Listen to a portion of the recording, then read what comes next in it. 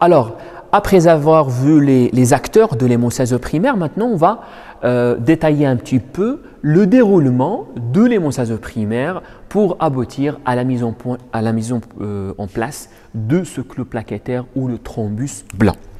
Alors, l'hémostase primaire, elle a des étapes. La première étape, c'est que après rupture de l'endothélium, brèche vasculaire, alors le sang va être en contact avec le sous-endothélium. Alors, à ce niveau-là, on aura deux choses en fait. La première chose qu'on aura, où on peut dire que le temps où l'hémostase primaire, il se déroule en deux temps. Le premier temps, ce qu'on appelle le temps vasculaire, c'est-à-dire la réaction du vaisseau vis-à-vis cette brèche vasculaire. Alors, le vaisseau, il réagit à cette brèche vasculaire par une vasoconstriction en amont de la brèche vasculaire. Alors, on aura une diminution du calibre du vaisseau.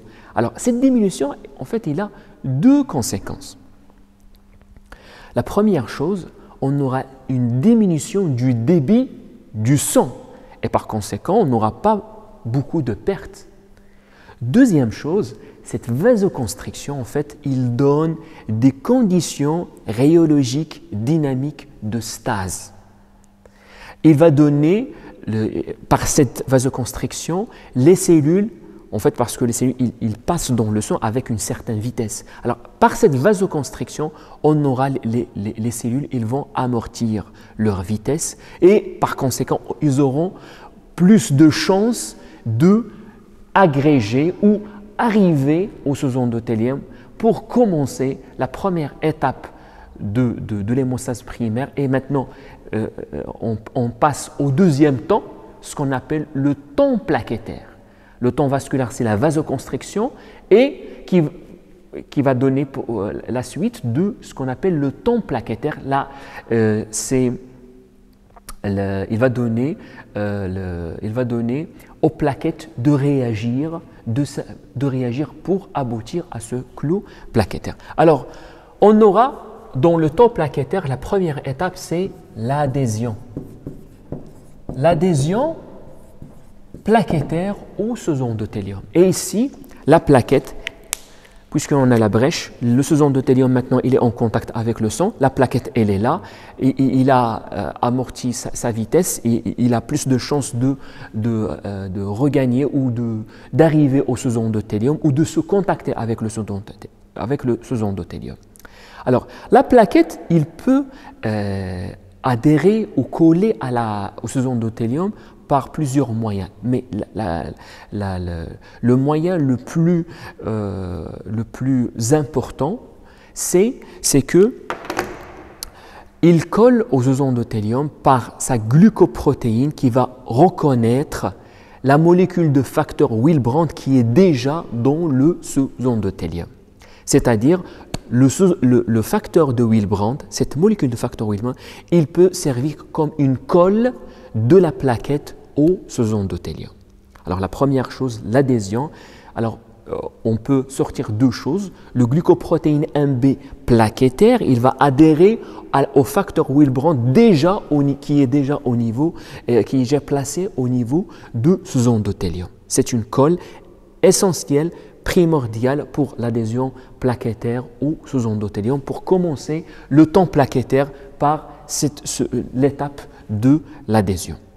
Et cette adhésion, elle est renforcée par d'autres glycoprotéines plaquettaires parce que c'est vrai par le facteur Willebrand pour se coller au sous-endothélium, mais la plaquette, il a d'autres glycoprotéines ces glycoprotéines peuvent reconnaître du collagène de sous-endothélium et comme ça renforce l'adhésion plaquettaire ou sous-endothélium.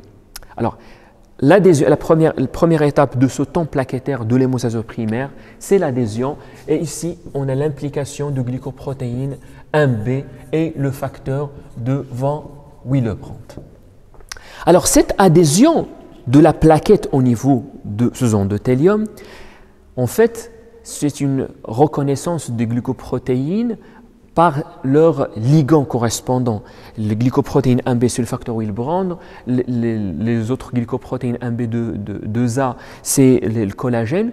Alors, il va donner un signal aux plaquettes, un signal d'activation, un signal pour que la plaquette se prépare pour déverser ce contenu de ces granulations, et aussi il se prépare pour établir des ponts entre les plaquettes, et c'est ce qu'on appelle l'agrégation plaquettaire. Alors, l'adhésion, il va activer en fait, la plaquette, et c'est l'étape de l'activation. L'étape de l'activation plaquettaire. Alors, l'activation, les manifestations de cette étape de l'activation, on peut la classer entre deux niveaux. Le premier niveau, c'est macroscopique. Pourquoi? Parce que parmi les manifestations de l'activation de la plaquette, c'est que la plaquette, il change de forme. La plaquette, au repos, il a une forme discoïde.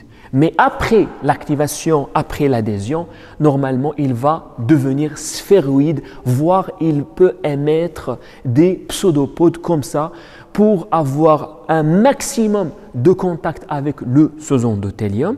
Bien sûr, pour que le clou plaquettaire, il va avoir un maximum de contact avec le sésendothélium, bien sûr, pour la mise en place de ce clou plaquettaire, pour bien sûr arrêter le saignement par le clou plaquettaire.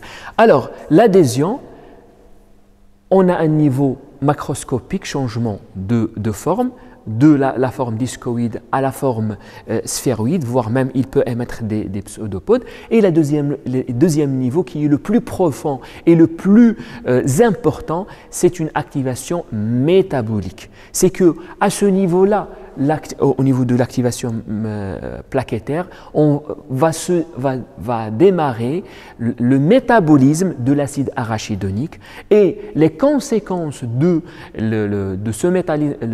métabolisme de l'acide arachidonique, c'est en fait, il donne des métabolites, beaucoup de métabolites. Les plus importants au cours de l'hémostase primaire, c'est qu'il va nous donner un métabolite qui est le thromboxane A2. Et le thromboxane A2, c'est un métabolite qui est vasoconstricteur. Il va potentialiser la vasoconstriction du vaisseau, et comme ça, toujours, on va créer des conditions de stase dans l'environnement de la brèche vasculaire. Mais aussi, ce métabolite, il va réagir à nouveau sur la plaquette pour potentialiser le niveau d'activation de la plaquette. Autre chose, c'est que au cours de cette activation, il va préparer le maximum de cette activation. Il va induire l'étape qui suit, c'est la sécrétion ou la release. C'est qu'en fait, par le système canaliculaire ouvert, les membranes de ce système, ils vont fusionner avec les membranes de vésicule, et comme ça, on aura relargage, on aura déversement du contenu de vésicule dans l'environnement de la brèche vasculaire où se déroule de l'hémostase primaire, et on connaît le contenu de ces granulations, il est en faveur de l'hémostase, et parmi, je dirais, les choses qui vont être déversées, c'est beaucoup de molécules qui ont un effet agrégant. Ils potentialisent l'activation, ils recrutent d'autres plaquettes au site où se déroule de l'hémostase primaire, et par conséquent, normalement, la sécrétion, il permet le déversement de contenu des granules, et bien sûr, on va ajouter plus d'éléments de l'hémostase dans cet environnement, mais autre chose, c'est que la cellule, la plaquette, il devient il va exprimer, en fait c'est ça ce que je veux exprimer. La plaquette, il va exprimer à sa surface membranaire un nombre maximal d'une glucoprotéine qui est glucoprotéine 2B3A, c'est-à-dire la plaquette. Il va exprimer son maximum, c'est au cours de l'activation, c'est parmi les conséquences de cette activation de la plaquette.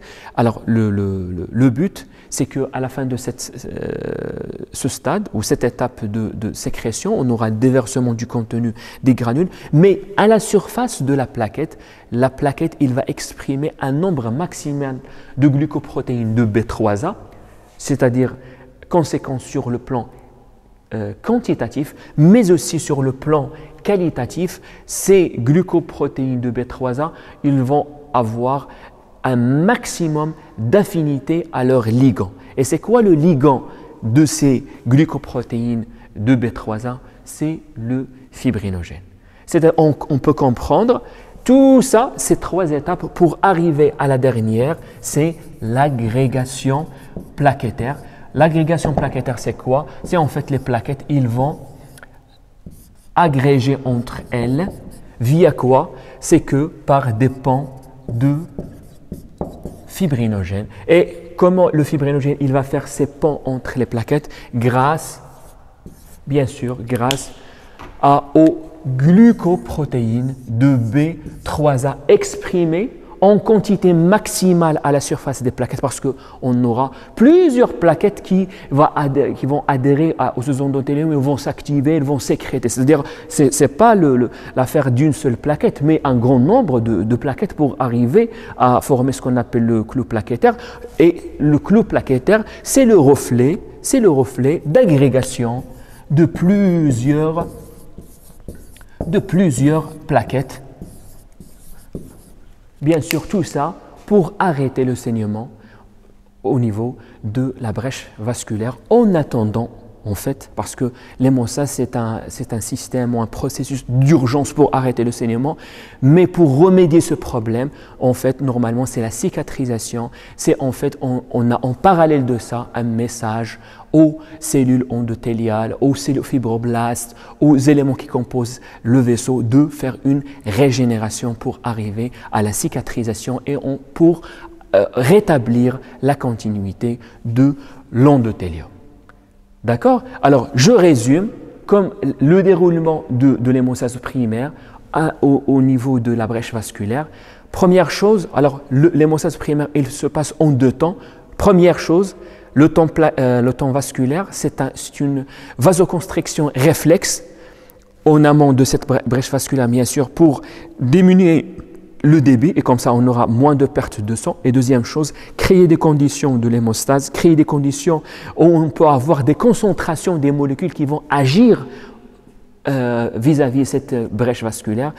Et le deuxième temps de l'hémostase primaire, c'est le temps plaquettaire. C'est ce qu'il va avoir, c'est les changements que va subir la plaquette, l'adhésion grâce au facteur Willebrand qui est déjà fixé au niveau de ce endothélium, qui va coller la plaquette avec grâce aux glucoprotéines 1B. On va voir même cette glycoprotéine 1B, cette liaison, elle est renforcée dans un complexe qu'on appelle le complexe 1B9E5. Deuxième chose, c'est la plaquette, il va s'activer. Niveau d'activation, on aura niveau d'activation, changement de forme. Deuxième chose, c'est surtout métabolique, surtout de l'acide arachidone qui va donner des métabolites qui vont le thromboxane A2 qui va renforcer la vasoconstriction, mais aussi il va agir aussi sur la même plaquette pour potentialiser son niveau d'activation. Le niveau d'activation maximal, il va aboutir à ce qu'on a à la sécrétion, et la sécrétion, il a pour but c'est de relarguer, déverser le contenu des granules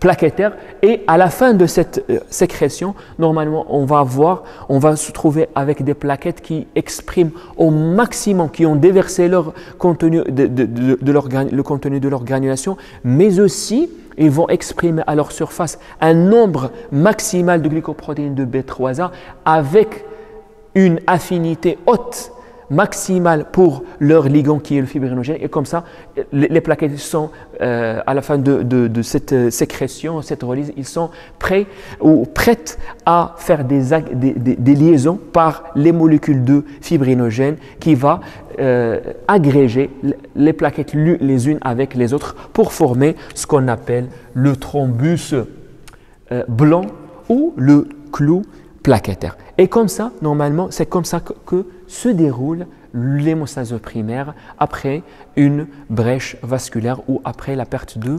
l'intégrité vasculaire. D'accord? Alors maintenant, nous avons vu la description des acteurs, comment se déroule l'hémostase primaire. Et maintenant, je vais passer en revue. Maintenant, on peut voir comment on peut étudier, explorer de l'hémostase primaire. En comprenant les acteurs, en comprenant comment ça se passe, je crois, c'est très logique comment on explore. On explore, si on suspecte parce qu'on l'explore dans le contexte où on suspecte, où en fait il y a les renseignements cliniques, ils orientent vers une anomalie de l'hémostase primaire. L'exploration de l'hémostase primaire, ça revient à explorer soit d'une manière globale les acteurs, l'hémostase primaire, soit revient à explorer un acteur de l'hémostase primaire. Sachez que dans la pratique clinique, les contextes de troubles de l'hémostase primaire, ils donnent des manifestations hémorragiques, ça d'une part. D'autre part, lorsqu'on a vraiment le cadre ou la suspicion de l'anomalie de l'hémostase primaire, l'anomalie les plus je dirais le problème se situe surtout chez deux acteurs. Soit la plaquette, il faut évoquer au premier la plaquette, soit le facteur Willebrand. Rarement, on peut avoir des problèmes au niveau de fibrinogène. Et en dernier, il existe des contextes pathologiques, mais sont très très rares.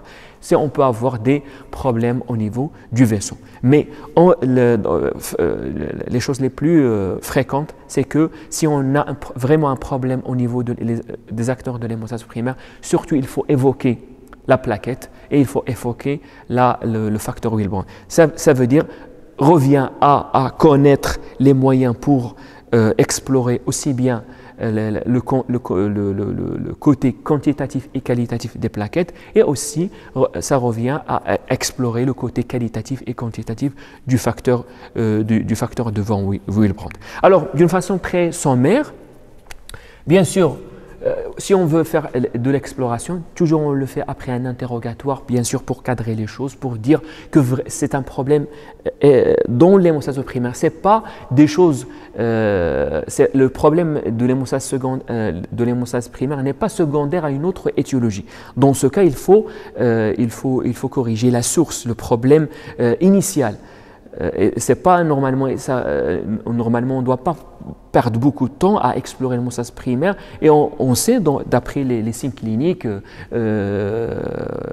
l'histoire de la maladie, beaucoup de choses, ou parfois médicamenteux, c'est lui qui est responsable, et c'est pas le problème au niveau de l'hémostase primaire. C'est-à-dire ce que je vais énumérer et pour l'étude de l'hémostase primaire, c'est lorsqu'on a effectivement un contexte de pathologie de l'hémostase primaire. Alors, on peut, pour l'hémostase primaire, toujours on peut commencer par un bilan, ce qu'on appelle un bilan d'hémostase de routine.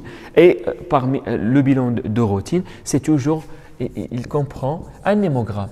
Et vous savez que l'hémogramme, étude quantitative et qualitative des cellules sanguines, et parmi ces cellules, c'est la plaquette. On peut avoir une numération plaquettaire, mais aussi on peut voir la qualité de ces plaquettes par le frottis sanguin. Et pas mal de pathologies de l'hémostase primaire, on peut les révéler, on peut les orienter vers ces pathologies, rien par une analyse du frottis sanguin, par l'étude de la morphologie, de la composition.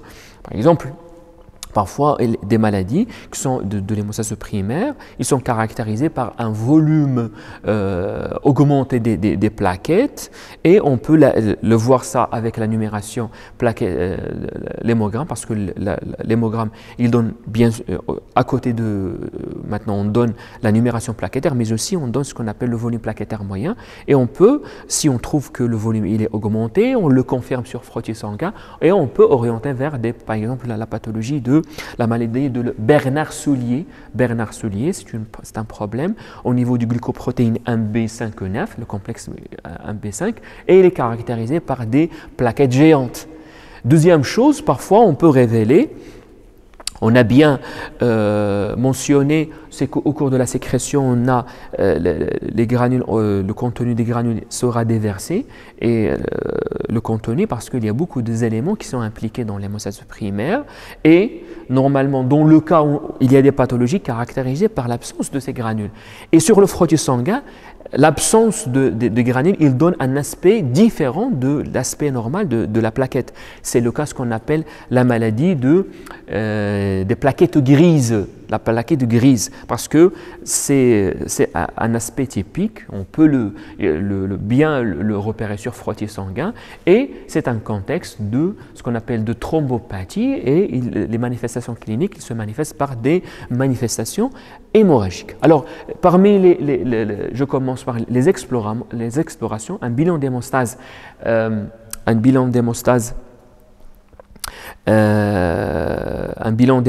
de routine, on peut commencer par qui peut comprendre un hémogramme, mais aussi autre exploration. On va aller voir ces explorations, ce qu'on appelle le temps de Quick et le TCA. Ce sont des explorations en fait de la coagulation de la coagulation, mais en fait on associe avec de l'hémogramme et ils peuvent le résultat de temps de Quick et TCA, ils peuvent nous donner une idée sur l'hémostase primaire. Et on va voir à la fin, je vais reprendre cette question, comment les bilans de coagulation ils peuvent nous donner une idée sur le déroulement de l'hémostase primaire au cours de la séance prochaine. Alors, toujours dans l'exploration, on peut commencer par un bilan d'hémostase de routine, comprenant un hémogramme, un temps de Quick, un TCA. On va voir les détails dans la séance prochaine. On peut faire aussi ce qu'on appelle des tests globaux de l'hémostase primaire. Alors, on a l'exploration, ce qu'on a appelé le temps de saignement et le temps d'occlusion. On va voir les détails de ces deux tests dans les slides. On peut faire l'exploration fonctionnelle des plaquettes. C'est ce qu'on appelle l'étude de l'agrégation plaquettaire. Alors, l'étude de l'agrégation plaquettaire, on travaille sur un plasma riche en plaquettes. En fait, c'est un test qui va nous donner une idée sur les fonctions plaquettaires. Alors, c'est surtout, on a recours à ce test pour savoir est-ce qu'on est dans le contexte de la thrombopathie. On va voir un petit peu les détails de cette exploration dans les slides. On peut faire l'exploration aussi, l'exploration de facteurs Willebrand. On a beaucoup d'explorations de types d'études de ce facteur. Le facteur Willebrand, on peut donner l'antigène, on peut voir est-ce que la qualité de ce facteur, c'est ce qu'on appelle l'activité du facteur Willebrand. On peut faire autre exploration, par exemple l'électrophorèse des polymères de von Willebrand que j'ai cité au cours de l'explication ou la description du facteur Willebrand. Et aussi, alors ça, l'hémogramme, la numération Frotty, l'exploration plaquettaire, ça rejoint à étudier les plaquettes. Les tests globaux, on va voir en général comment ils se déroulent l'hémostase primaire. L'exploration du facteur Willebrand, aussi bien qualitatif ou quantitatif.